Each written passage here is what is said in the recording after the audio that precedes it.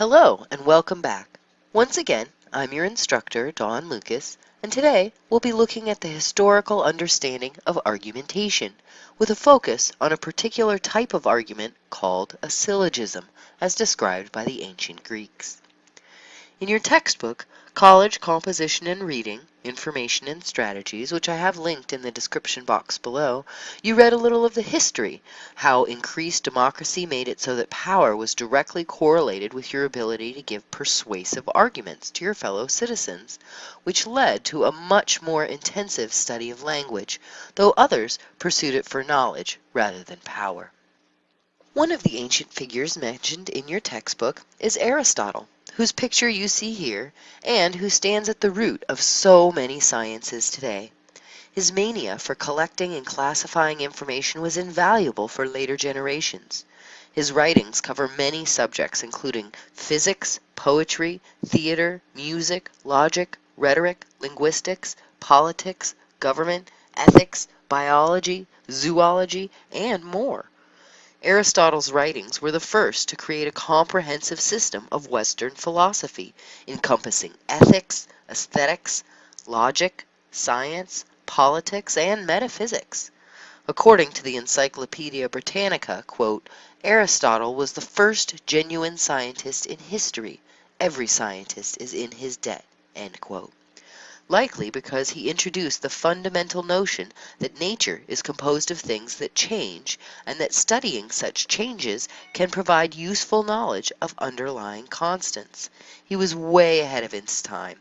In the zoological sciences, some of his observations were confirmed to be accurate only in the 19th century, such as elements of his classifications of living things. More relevant to our course is that his works also contain the earliest known formal study of logic, which continued to exert strong influence for millennia after Aristotle's death in 322 BCE. Among Aristotle's many contributions to the art of thinking, speaking, and argumentation was a logical pattern of thinking called a syllogism, which is the basis for deductive reasoning. Many arguments can be reduced to this type of structure, which makes it easy to evaluate the logic involved and decide whether the argument is valid or invalid, though mere validity isn't the same as actual truth, as we will see. Basically, a syllogism consists of three parts: a major premise, which is usually a more general statement, a minor premise, which is usually a more specific statement, and a conclusion. Premise is just a fancy name for a reason, so you have two reasons and a conclusion. Each of the two premises shares a middle term or an identical part that drops out of the conclusion. Let's take a look at an example so you can see it in action. As I said, all syllogisms are composed of three statements, and you will see that form demonstrated here, where we will examine the classic example of a syllogism, which was actually written by Aristotle himself.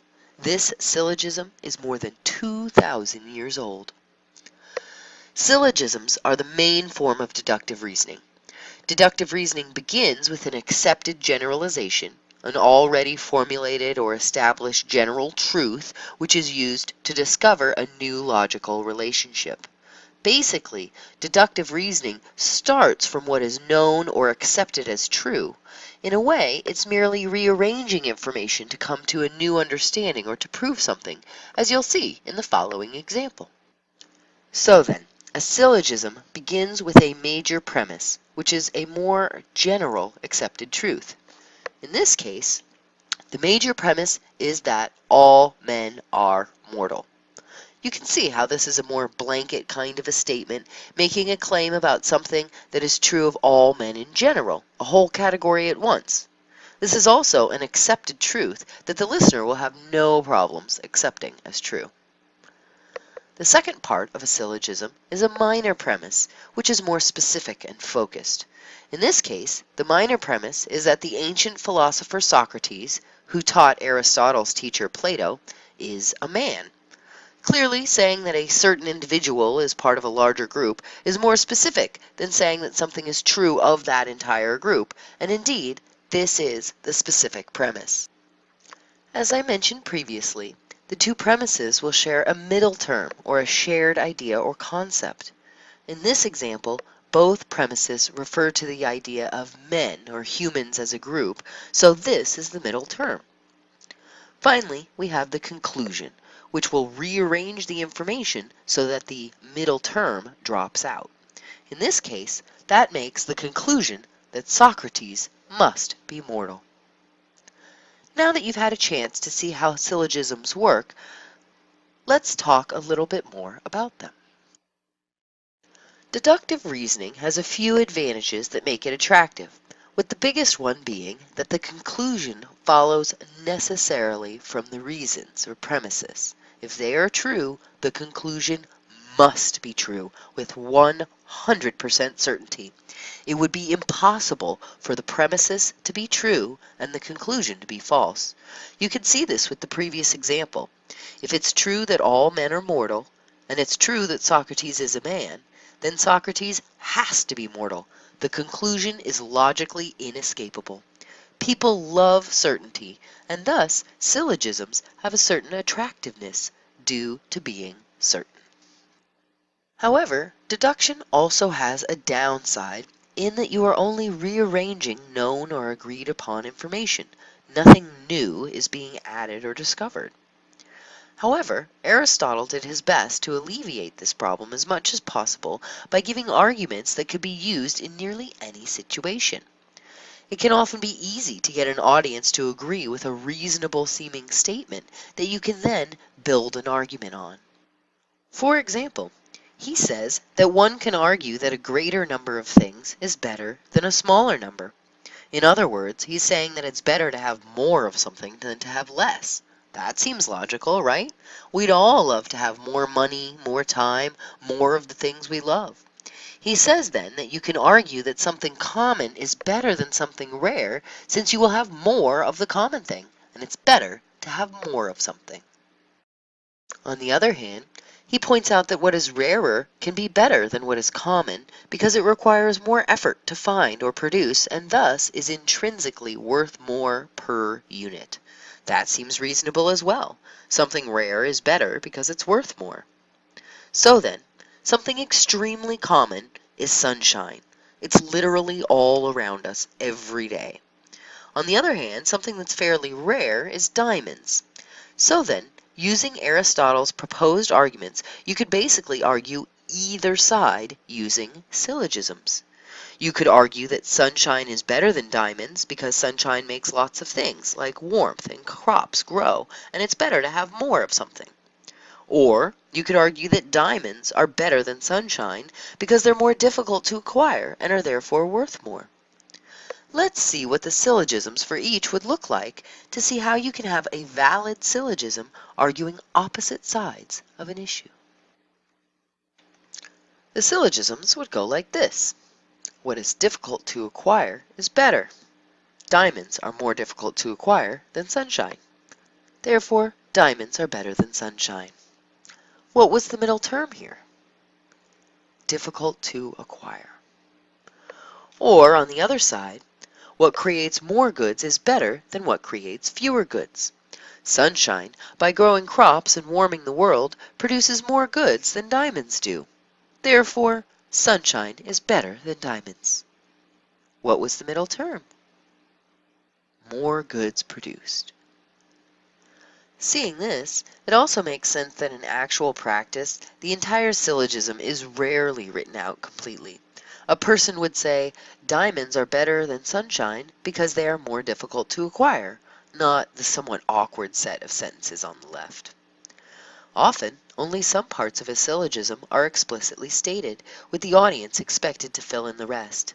This is called an enthymeme, and is what makes syllogistic reasoning such a useful tool. By filling in the missing parts through logical deduction, you can create the complete syllogism, which gives you a way of evaluating the argument. You can apply the rules of deductive logic to determine whether the reasoning is sound or valid. If not, then the entire argument can be discarded or easily refuted. If the structure is valid, that means as long as the premises are true, the conclusion is a matter of certainty. Therefore, to disprove the argument, you would need to disprove one of the premises, and if you decide that the premises are true, you can accept the argument with confidence and defend it with eloquence and unassailable logic. Again, before I move on, I really want to emphasize that syllogisms are useful not because people talk in 3-sentence sets of premises, but because what they're saying can be expressed or rephrased as a syllogism, which you can in turn use to evaluate the validity and the correctness of their argument. Let's pause for a minute before we go on to the types of syllogisms and what makes them valid or invalid constructions by taking a closer look at the concept of validity versus correctness. Validity is about the structure or the format. Does the logical structure work? Correctness is about whether the premises are true, and an argument that is sound is both valid and correct. If a syllogism is set up in a valid way, then if the premises are true, the conclusion has to be true with 100% certainty. As we saw earlier, if it's true that all men are mortal, and it's true that Socrates is a man, then there is no getting around the conclusion that Socrates is mortal. It is 100% certain. However, a syllogism can be set up in a valid way and yet still be wrong due to a premise being wrong. For example, if I say that all English teachers are mean, Professor Lukas is an English teacher, therefore Professor Lukas is mean, it is logically valid. If it is true that all English teachers are mean and Professor Lukas is one, then she has to be mean. However, as you hopefully all know, not all English teachers are mean. In fact, hopefully not even most of them are. Therefore, while this argument is valid, it is incorrect. Here's another example where the structure is fine, so it's valid, but the premises are flawed, leaving it incorrect. Every animal that has wings can fly. Penguins have wings. Therefore, penguins can fly. Logically valid, but factually incorrect due to a premise being incorrect. It is actually not true that all animals that have wings can fly. So, being valid logically isn't magic armor against being disproven, but having a logically invalid armor is asking... Damn it. So, being valid logically isn't magic armor against being disproven, but having a logically invalid argument is asking for trouble, since it can be easily disproven. However, it can only be disproven by someone who knows how logic works, which is why it's important and useful to learn, both to strengthen your own arguments, as well as for evaluating all the arguments we hear all the time. As citizens of a democracy, it's our responsibility to be good critical thinkers so that we can make the right decisions for our society as well as in our personal lives. Now, there are 3 main syllogism types that we'll be discussing today. Others exist, but these are the most common and will give you a basis for looking at logical arguments. If you'd like to learn more about them, you can take a course or read a book on formal logic. Categorical syllogisms are the most common type of syllogism, and, unsurprisingly, categorical syllogisms put things into categories. They say that all, some, or none of A is B. The validity of these types of syllogisms can be tested with a Venn diagram. Where you place the circles of the diagram depends on the terms being used.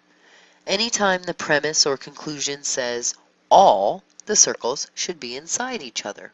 If it says some, they should overlap, and if it says none, the 2 circles should be completely separate.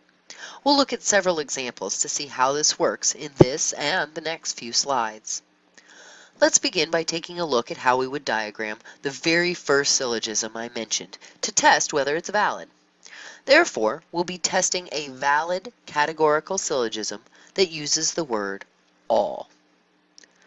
If you recall, the original syllogism was about men, mortality, and Socrates. Let's take a look at how we would test it using a Venn diagram. All men are mortal. This says all, so the circle for men needs to be inside the circle for mortal to show that every member in the category men also fits into the larger category of mortal. Socrates is a man. This is all as well, so the circle for Socrates needs to be inside the circle for men. Socrates is mortal. This conclusion checks out. When we look at the circles, we can see that since Socrates is a member of all men, and all men are a member of things that are mortal, Socrates is mortal. This, then, is how the Venn diagram would appear for a valid categorical syllogism using all. For the purposes of comparison, let's take a look at how an invalid diagram might look. Let's go through this categorical syllogism the same way that we did the last one. The first premise is that all dogs have 4 legs. This says all, so the circle for dogs needs to be inside the circle for things with 4 legs to show that every member of the category dogs also fits into the larger category of things with 4 legs. The next premise says that all chairs have 4 legs. This also says all, so the circle for chairs needs to be inside the circle for things with 4 legs, but since no other information is given, we want to keep that circle away from our circle for dogs. Here is the diagram that would be created. The circles for dogs and chairs are both inside the circles for things with 4 legs, but are not touching each other. Now, let's look at the conclusion. All dogs are chairs. You can see that this is logically ridiculous, but you can also look at the Venn diagram to see that while both dogs and chairs are in the same category of things that have 4 legs, they're not the same as each other, nor is the dog circle inside the chair circle. Now that we have seen Venn diagrams for valid and invalid categorical syllogisms using all, let's take a look at the next type. Ones that use some. Now, remember that for some, the circles will overlap, since some members of one group are part of the other, but not all of them. Let's see how this plays out with a valid categorical syllogism using some. The first line of our syllogism reads that all informative things are useful. This means that the circle for informative things needs to be inside the circle for useful things to show that every member of the category informative things also fits into the larger category of useful things. However, this time I drew it near the edge since I know I will have to do an overlapping circle and I don't want to confuse things. The next premise reads, some websites are not informative. Therefore, we want to put the circle for websites so that it is partially in and partially out of the informative things circle. And now you can see why I put it at the edge, since the premise doesn't say anything about the relationships of websites to being useful. Now the conclusion. Some websites are not useful. Looking at the diagram, we can see that this is a valid conclusion. Now that we've seen a valid categorical syllogism using some, let's look at an invalid one. This time, we'll be looking at an example of an invalid categorical syllogism using the word some. The first premise of our syllogism says that some tigers are orange. Therefore, we want a circle that is partially inside and partially outside of the things that are orange category. The second premise is that some traffic lights are orange, so we'll do the same with another circle partially in and partially out of things that are orange. Now, the conclusion. Some tigers are traffic lights. Looking at the diagram makes it clear that we have been given no information that would show that these two categories overlap, even though both of them overlap with a third one. This syllogism makes things seem rather easy because we know that both premises are true and that the conclusion is false, so obviously it has to have an invalid structure. Any syllogism with 2 true premises and a valid structure has to have a correct conclusion. However, when the information or the conclusion isn't as obviously incorrect, this is one of the most common logical errors that people make when categorizing in combinations. Hopefully, these examples are helping you to realize how the Venn diagrams work as a visual representation of the logic, making it easy to see whether it fits together. Also, I want to remind you again that while a fully and formally stated syllogism is rare in today's world, enthymemes, or syllogism logic that leaves parts unstated, usually an unstated general premise, is common. Almost any logical, persuasive, or logical debate piece can have elements of an overall syllogism. For example, take the statement, "I am an American citizen and I have a right to a lawyer." This is really an enthymeme for the syllogism, "All American citizens have a right to a lawyer. I am an American citizen, therefore I have a right to a lawyer." Let's move on to the next example. Here we have an example of how we might draw a diagram for a categorical syllogism using none. Let's take a look. The first premise says, "No evergreens lose their leaves in winter." Therefore, we will draw two circles totally separate from each other, one for evergreens and one for trees that lose their leaves in winter. This shows that none of one group belongs to the other. The second premise says that all maple trees lose their leaves in winter.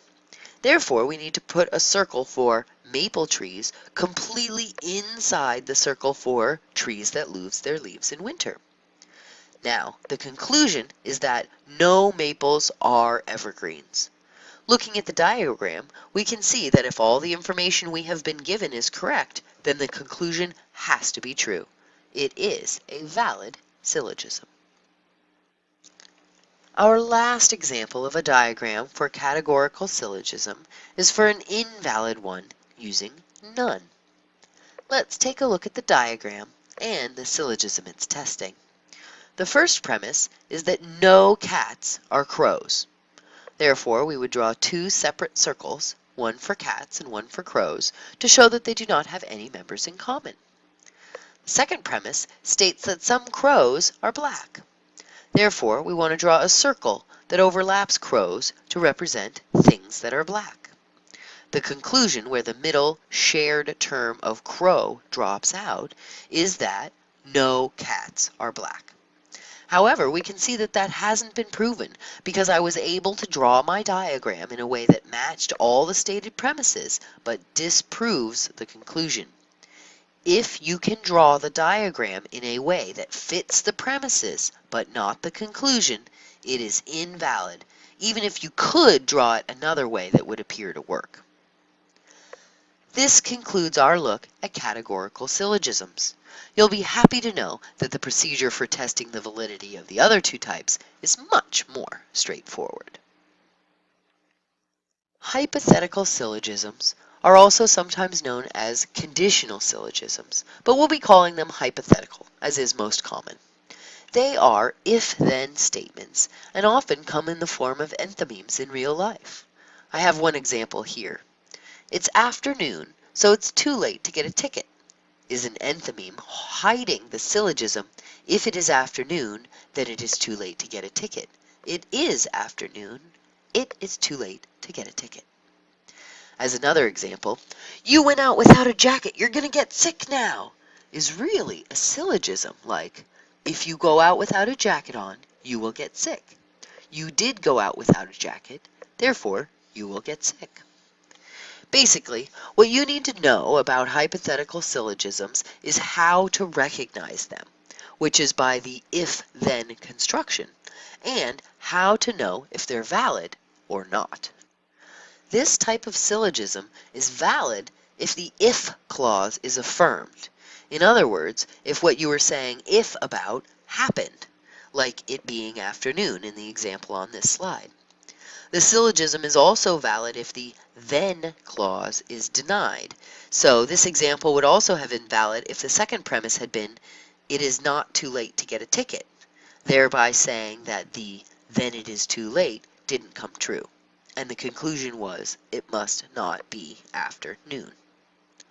On the other hand, the syllogism is invalid if the if clause is denied. If we had said, if you go out without a jacket on, you will get sick. You did not go out without a jacket, therefore you will not get sick. That wouldn't work. After all, you could get sick for some other reason.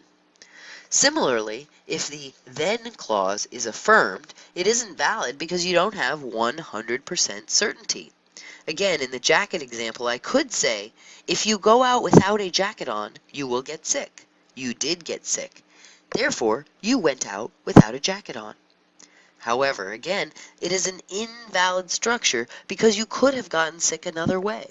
It doesn't have the valid, logical structure that gives certain and undeniable truth when the premises are correct. Let's take a look at a couple of examples to see if you can identify whether each is valid or invalid. In other words, if the claims are true, does the conclusion have to be true? Keep in mind the guidelines from this slide. You might want to quickly note down what makes this type valid or invalid, as we move on to the next slide and some examples of hypothetical syllogisms. You can also use the guide to determining validity linked in the description box below, which we will examine in more detail later in this video. I encourage you to pause after each syllogism is presented and try to determine for yourself whether the syllogism is valid or not before listening to my explanation of the answer. The first one says, if Ted is working on his philosophy paper, then he will be using his computer. Look, he's using his computer now. That means he's working on his philosophy paper. First, we should determine which is the if and which is the then. In this case, the if is Ted working on his paper, and the then is using the computer. The then is affirmed, but that means it's invalid. After all, he might be scrolling through Facebook or watching YouTube on his computer. He isn't necessarily working on that paper. The next example reads, if I see one more person saying, I'm doing good instead of I'm doing well, then I'm gonna scream. I just asked Sarah how she's doing and she said, I'm doing good. I will therefore scream. In this case, what is the if? The then. The if is someone saying they are doing good, and the then is screaming. In this case, the if was affirmed. I did hear someone say, I'm doing good, so the syllogism is valid, and there's clearly some screaming in the near future. The third example reads, if Kim adds chili peppers to her brownies, they won't win first prize. She didn't add chili pepper to the brownies. She will therefore win first prize.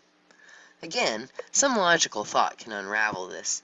Just because she'll automatically lose for having chili pepper brownies doesn't mean she'll automatically win if she doesn't. But the syllogism evaluation lets you figure it out mathematically.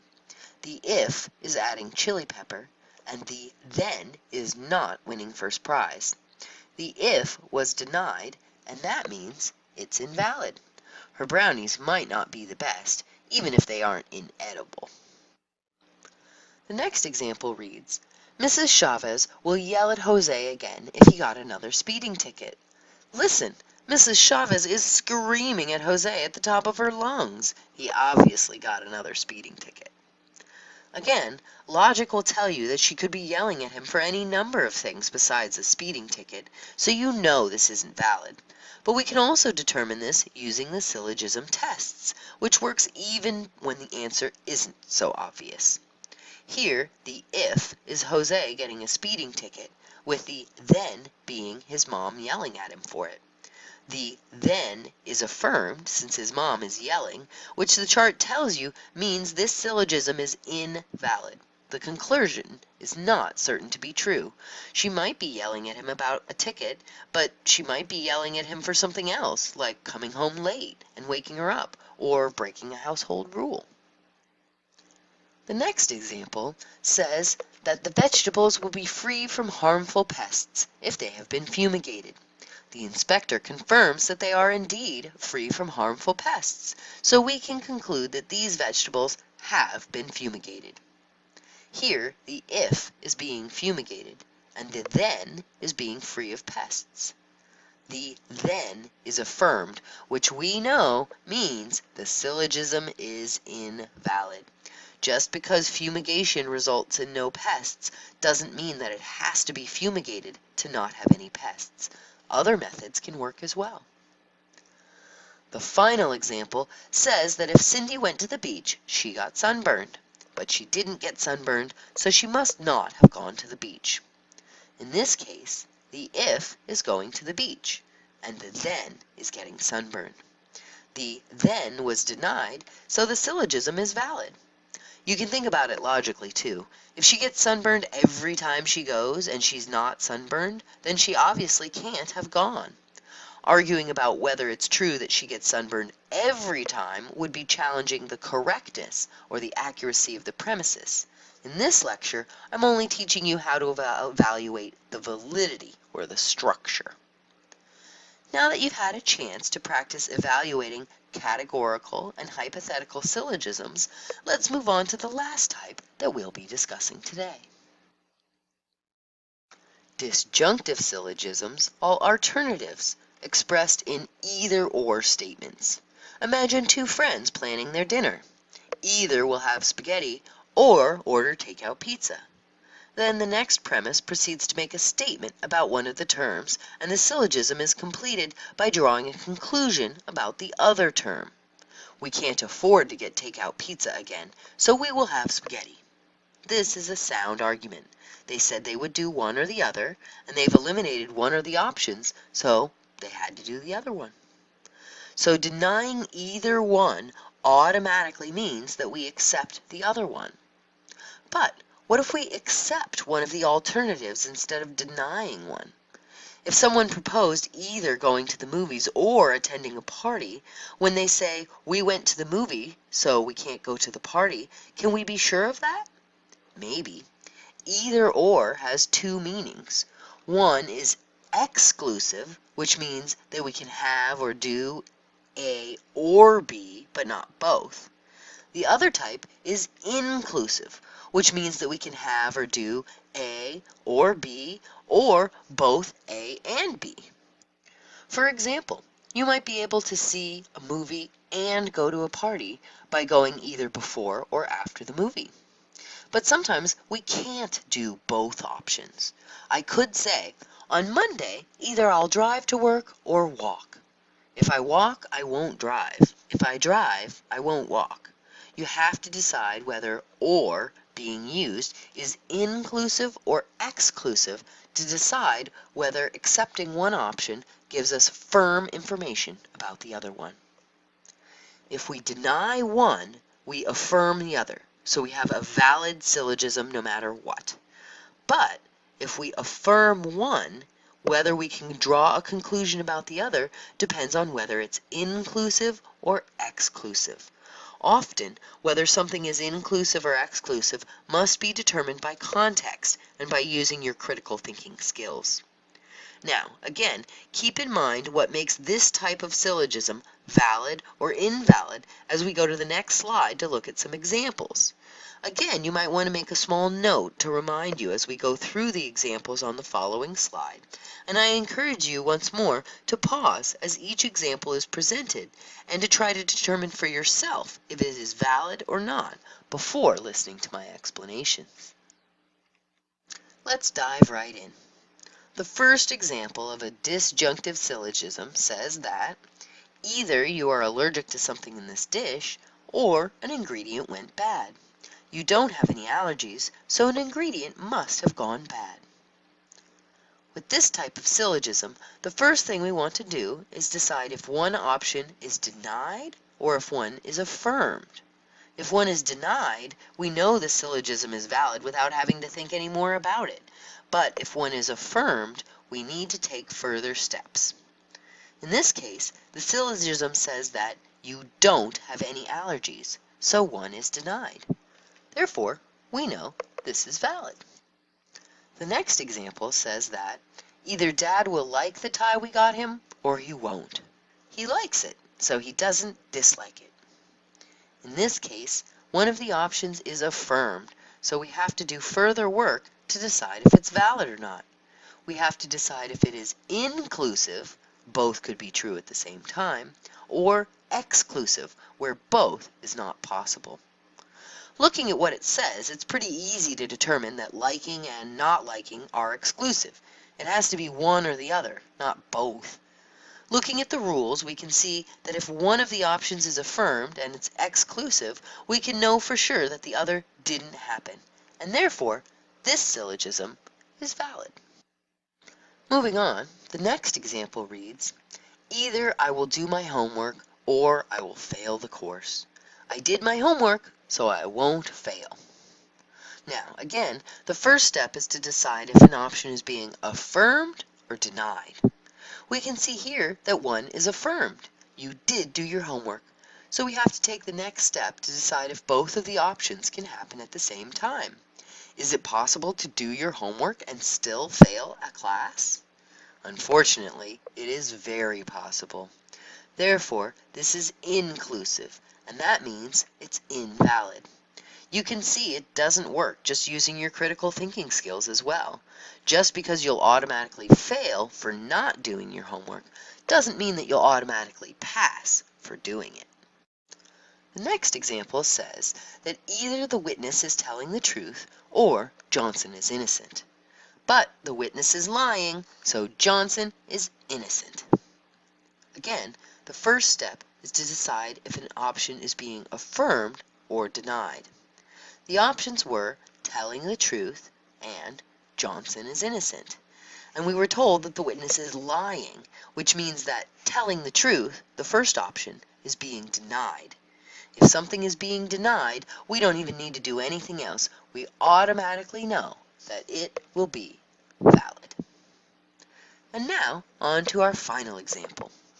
This one says that the Soviets can be receiving secret information about our new fighter either by satellite photography, telephone eavesdropping, computer signal interception, or an agent inside the fighter plant. And look, here's a report from our Moscow operatives, conclusive proof that the Soviets are gathering data about our fighter from satellite photos.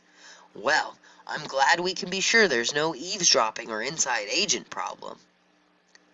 Now, this one is a bit more advanced example since it involves 4 options. However, it works in the exact same way. First, we'll determine whether one is being affirmed or denied. We can see that one is affirmed. They are getting secret information from satellite photos.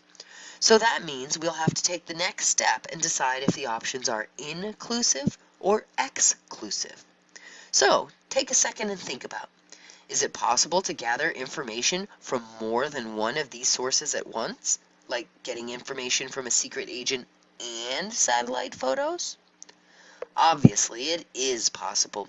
So, this is an inclusive syllogism, meaning that it is invalid. We know we can't count on the conclusion being true because the structure does not hold up.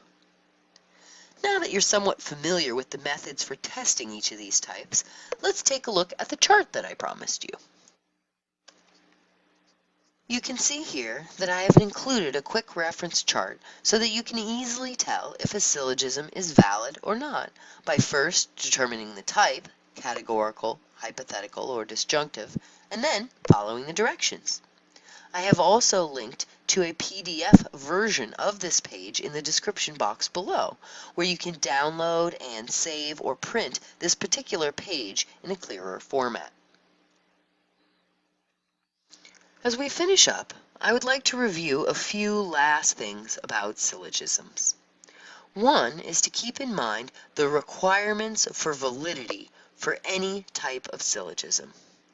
First, it has to have exactly 3 terms, and they have to share a middle term. If I say, everyone in this room takes English 1A, Janet is in this room, Mark takes English 1A, that is not a syllogism, and we cannot be assured that our conclusion is correct. Secondly, if a term is being used to mean more than one thing, the syllogism isn't valid. You can use synonyms, but not change meaning. For example, look at the following syllogism. Power corrupts. Knowledge is power. Therefore, knowledge corrupts. Here, the problem is that the word power is being used two different ways. Once to mean the possession of control or command over people, and once meaning the ability to understand, control, or affect things. Another example of a word being used with multiple meanings is a syllogism like, people should treat each other with respect. I treat you with respect. Therefore, you should treat me with respect. In this case, often the person uses respect the first two times to mean treated like a person with needs and feelings that matter, whereas the respect that they are demanding in return means something more like treated like a person with authority over you. If the term does not have the same meaning every time it's used, the syllogism is invalid and you cannot rely on the conclusion to be true. In addition, knowing the language of syllogisms helps you more clearly see why. You will now have a much more logical objection when someone wants you to treat them like an authority just because they are treating you like a person. One final example is often known as politician's logic, and it says, something must be done. This is something. Therefore, we must do it. In this case, the obvious mistake is assuming the policy to be enacted is the right one. The something in the first premise means something that will solve the problem, and the something in the second premise means anything at all. So then, term meanings must remain constant. In addition, as I mentioned earlier, the middle term must be shared or it doesn't work. Remember, the point of all this is that syllogisms underlie much of the logic around us, and your understanding of them can help you spot both logical weakness and logical strength. Enthymemes are all around us. For example, if someone says, Senator Smith is a politician, so he could be corrupt, what they are really basing that on is a categorical syllogism. Some politicians are corrupt. Senator Smith is a politician. Senator Smith could be corrupt. Unfortunately for Senator Smith, this is a valid and correct syllogism, a sound argument. Another reason why it's worth spending time learning about syllogisms is that they are an indisputable way to show logical weakness or to affirm truth. Remember, if the premises are true, the conclusion has to be true 100%. There's no way around it. This can certainly be very useful when you're arguing, and being able to recognize when the certainty is being invoked but isn't warranted can be even more useful. I hope that the discussions and information contained in this video and the textbook chapter were useful and helpful. Thank you for joining me on this brief foray into ancient understandings of logic and argument and how those concepts can be useful to us today.